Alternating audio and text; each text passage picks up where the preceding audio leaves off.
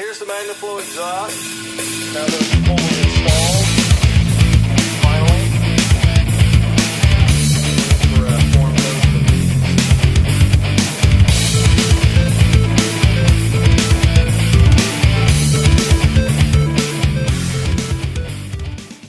Alright, here's the MagnaFlow exhaust now that it's fully in.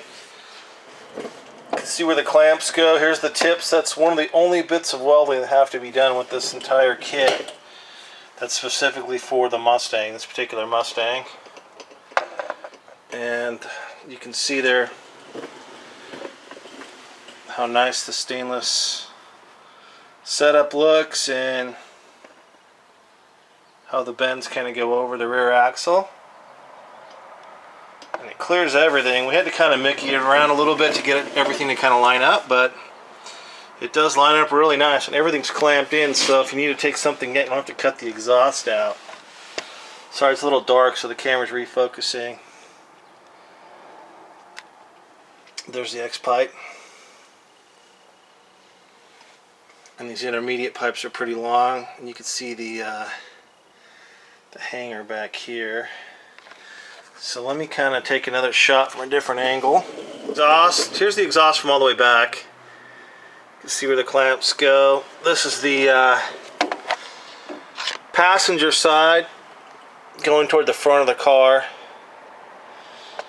They come with these clamps and they're torqued to 30 pounds. You get 30 foot-pounds of torque. See how everything kind of fits under here nice and snug. So this is one of the variations from stock, but the idea was to give it a little performance without really altering the look under the hood. So you'd have to physically look under the car to kind of notice this, but I'm anticipating the sound's going to be pretty awesome. We're going to do a startup real soon here. The countdown to the startup's pretty much right now, so we will see how it sounds with the MagnaFlow exhaust on it.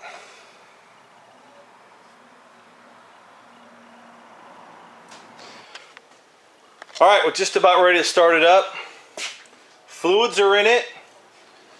Everything's been plumbed for the most part. We're going to start it with a couple vacuum plugs. So we're going to pretty much start it this way. I don't have the PCV valve or that formed hose that goes right here from the back of the vacuum tree. Actually from the back of the carb spacer into the valve cover. So the choke stove's in. I think I've mentioned that in some previous videos, but everything's been run. So we're hoping to get it started tomorrow. The exhaust is on. The brakes have been bled. Fluids are in. I don't have power steering fluid. I'll put that in tomorrow, but pretty much ready to start it. We're gonna start it without the cluster. So I'm working on some of the wiring still under the dash. We're probably just going to do a just start it from under the hood. It's one of those remote starters.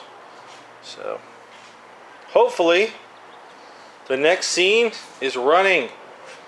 Excitement fills the air.